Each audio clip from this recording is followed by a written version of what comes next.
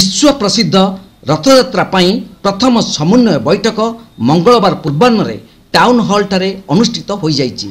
एथिरे अध्यक्षता करी केन्द्रांचल राजस्व आयुक्त डॉक्टर सुरेश चंद्र दलाई विगत वर्ष विपुल परिमाण रे भक्तों उपस्थिति सत्वे अत्यंत श्रृंखलित भावे रथयात्रा संपूर्ण होइतिबारु समस्त को धन्यवाद अर्पण करथिले। चलित वर्ष प्रत्येक मध्य सुसमन्वय रखी खूब श्रृंखलित भावे महाप्रभु समस्त कार्य करने को से अनुरोध करथिले। विभिन्न विभाग को जो दायित्व दिया जाउछि ताहाको अग्राधिकार भित्तिरे संपूर्ण करने को से निर्देश देइतिले।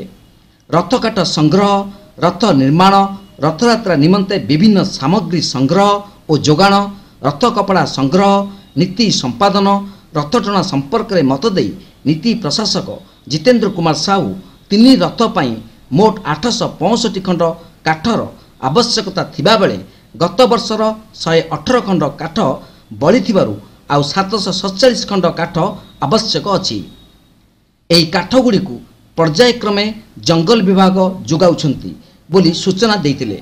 स्वास्थ्य और परिमल व्यवस्था, पानीय जल जोगाण, विद्युत जोगाण, परिवहन व्यवस्था, रास्ताघाट मरामती और उन्नतीकरण, पार्किंग स्थल, शांति श्रृंखला रक्षा, ट्रेन चलाचल व्यवस्था, रथयात्रा सीधा सड़क प्रसारण व्यवस्था, यात्री सुविधा पाई अस्थायी सूचना केन्द्र व्यवस्था, सांस्कृतिक कार्यक्रम आयोजन, पल्लीश्री मेला और प्रदर्शनी आयोजन, स्वेच्छासेवी नियोजन इत्यादि संबंध में विस्तृत आलोचना हेबा सह संपृक्त विभाग माने कार्य त्वरान्वित पाई आयुक्त निर्देश देइतिले।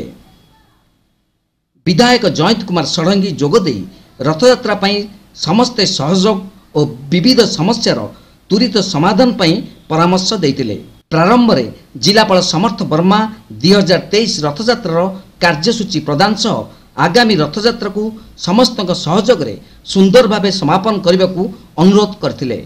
अन्यमानक मध्यरे केन्द्रांचल आरक्षी महानिरीक्षक नरसिंह भोल, आईन विभाग भारप्राप्त प्रमुख सचिव धनेश्वर मल्लिक, सूचना और लोकसंपर्क निर्देशक इंद्रमणि त्रिपाठी, एसपी डॉक्टर कन्वर विशाल सिंह, श्रीमंदिर मुख्य प्रशासक अजय कुमार जेना, नीति प्रशासक जितेंद्र कुमार साहू, दूरदर्शन निर्देशक नृसिंह जेठी, पुरी सांसद प्रतिनिधि गौरहरी प्रधान प्रमुख जोग देइथिले।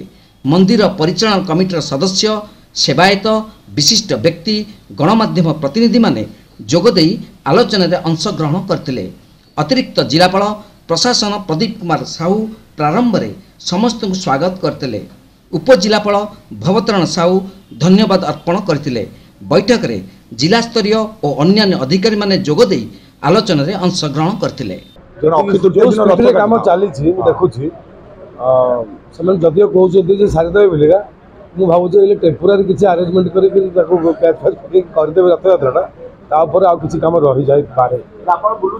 सबुदिन बुलूची सबुदिन देखुची सहयोग भी करूँ। प्रथम कार्य होछि अक्षय तृतीया जो 3 खंड काठ पूजा हम से जगह खोला से जगह रथ खड़ा काली मुझे देखी से जगह बर्तमान कम कर सारी सारे कथा हूँ मंदिर चारिपट सिंहद्वार टू रजानगर, सिंहद्वार ठू रजानगर आ मंदिर चारिपट एक शीघ्र सारे अच्छे। जिला प्रशासन आ श्रीमंदिर प्रशासन से समस्त जवाब देते रथयात्रा पूर्व आम सारी दबू। प्रति वर्ष एवं आमर प्रति वर्ष डाक्तर मान रिक्रुटमेंट हो आगे जो समस्या थिला से समस्या धीरे धीरे सुधुर्ची। ये जो डाक्तर मान रिक्रुटमेंट टे मझे अव्यवस्था थिला बर्तमान सरकार प्रति वर्ष डाक्तर मान रिक्रुटमेंट कर निकट में आमर डाक्तर मान रिक्रुटमेंट होने पूरी सीडीओ ऑफिस खूब शीघ्र जॉइन करेंगे मोर विश्वास।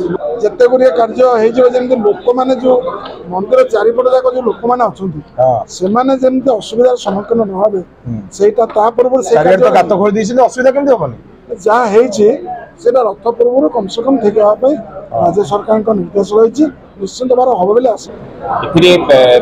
स्नान यात्रा ठार आरंभ कर घोषयात्रा और नीलाद्री विजय पर्यंत भक्त मैंने केमी श्रृंखलित भाव दर्शन करेंगे और ट्राफिक नियंत्रण केमी सुरुखुरे हो पार।